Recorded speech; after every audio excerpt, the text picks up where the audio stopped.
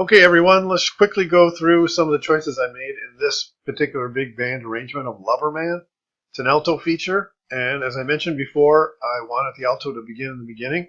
I went over in the first tutorial just the basic form that I chose and how I laid out the roadmap, so to speak. So now we're to the details and putting in, the actual notes of how we want this thing to sound. So, as you'll remember in the first tutorial, I actually said I wanted to do a little bit of snippets of the melody. And here, at the beginning here is kind of a little snippet of the melody. Da, da, da, da. So whatever you can take out of what's existing in the tune and make it into your arrangement, it does help the cohesiveness of the arrangement. And also using, economy of means, I guess you could say. So I did repeat some of these things in the chart. Chart comes out a little over 5 minutes. I think it's a fine length for a feature number. It gives the alto, enough improvisation to be happy, I guess you could say. But it is a ballad, and it stays at this tempo of about 76 to the quarter note. So to be honest, I can't really tell you how I came up with this stuff. I just kind of sat down and figured out. I would say the main thing, if you can get out of this, is that I had a goal of getting to this right here. If you can look down here, the A+7 sharp 9. I didn't know this would come out exactly 8 bars, but I did want to build towards a dramatic type of 8 bars, so I could come in real soft with the beginning of the melody in the second 8 bars, which would be the beginning of the tune. So I'm not sure too much I can say here, but I did steal some of the changes here. Here's the bridge right here: A minor plus 7, A minor 7 to D13.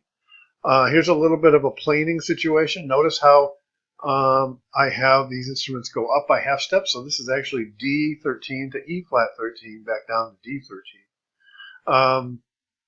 Another thing that I might want to mention is as much inner movement you can do. So a lot of times if I had just a D7 chord, I made it D7 flat 9 here by just moving this trombone down to E flat. Notice how the trumpets, this kind of a little foreshadowing, I guess you could say. Later in the chart, I couple the trumpets with the lead alto to give them a little bit of help. Sometimes you'll want to double up cross sections on the melody because you don't always want the same section playing the melody. I probably don't do as much cross section as I could. I used to do more probably when I was really thinking about that. And, it takes a lot of, at least for me, it takes a lot of thought and energy mentally to put these things together. Even though, I mean, these are pretty straight ahead arrangements, and they still take me. So if you struggle with just a simple voicing, don't feel so bad because everybody has the same thing. So, but you'll notice that the trombones are a little bit rhythmic and harmonic, and I keep them. Notice everybody's in a good range. Nobody's screaming. Everybody. In this particular line, I have a lot of intensity, and it's outlining this chord change here in the saxes. You can listen to it below, but I wanted a line that would pick up having all the saxes except the bari, obviously. I didn't think the bari would fit there. It might give it a little too much weight because we are pretty high here, but it does outline this A minor plus 7 chord, and then we kind of slow it down with this little triplet planing. So let's move on to the second page. We'll quickly go through this. Obviously, this is the alto by himself, just with a comping and simple rhythm section. I bring the band in with a loud E minor 7 flat 5, A+7 sharp 9 chord there. And moving on, the trombones in the mezzo piano just kind of give a little bit of background. And like I said, you always try to use trombones in a rhythmic way, kind of like a left-hand piano would play. They're not in a high range. It's real comfortable for them. And here's where I couple. I actually coupled. I tell this alto player he's going to play lead, so he's no longer on the solo. And I've got 2 trumpets and another alto helping him with that. That tends to balance out. Even with these guys playing mezzo forte, you're going to hear the melody. So if you get anything out of this, remember that melody always has to be in the forefront. you should be able to hear the melody no matter how you switch it around or whatever. You should do the melody as your forefront item. So moving on, we go into the bridge. As I mentioned, I had trumpet just in a unison in the staff. Sounds really good.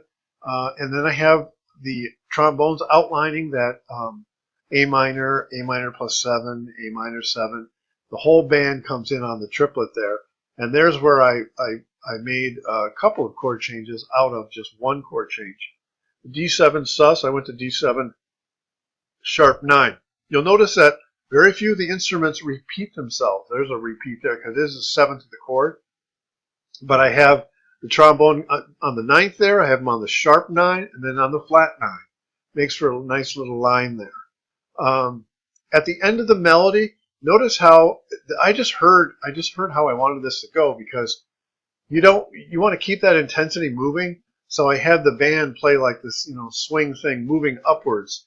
G minor 9, A minor 9 to D7. So I did a 2-5 there going to the G minor. So we have A minor here, and these are just straight ahead chord changes. G minor 9. But as you listen, I had it kind of move forward with a heavy swing, and then I brought the soloist back in. You'll notice the soloist doesn't have to compete much, and then once we get here, he gets a lot of help because the trumpets pick up that melody right there. So I am flip-flopping between the soloist and the band. Strong ending there, and we come back into a strong melody with the entire ensemble. And then as you can see again, he gets a little help. Because I only have 4 saxes against that one, I probably could have left that trumpet out, but I do like the trumpet sound along with alto. Gives a little more weight, and it'll help him out there, and it'll give you a different type of sound, not just all saxes. I could have probably had a flugel in there as well, but I wanted to save these trumpet players, because remember, you got to have time to take down a flugel, pick up your trumpet, and so on and so forth. So I do have flugel in here in backgrounds, as you'll see in a minute. You can look at that. Basically, then the soloist ends it out. And I go back to what the introduction, this is kind of an interlude, basically, but it's the same as the introduction. And it brings in, basically introduces him back to the solo section. And here's where the alto player can just, do what he wants. And Lover Man was recorded in 1941. It's a very short tune. Remember that records were only 3 minutes or less. So this tune probably this arrangement comes in a little over 5 minutes. And I think the length is fine.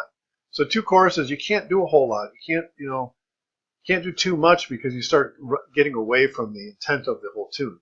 So I concentrate on soloist here, and here's where I have a flugel. Boy, I hope I put flugel there. Yeah, I marked that as flugelhorn. So I have 2 flugelhorns, and then I have a little bit of a trombone thing there.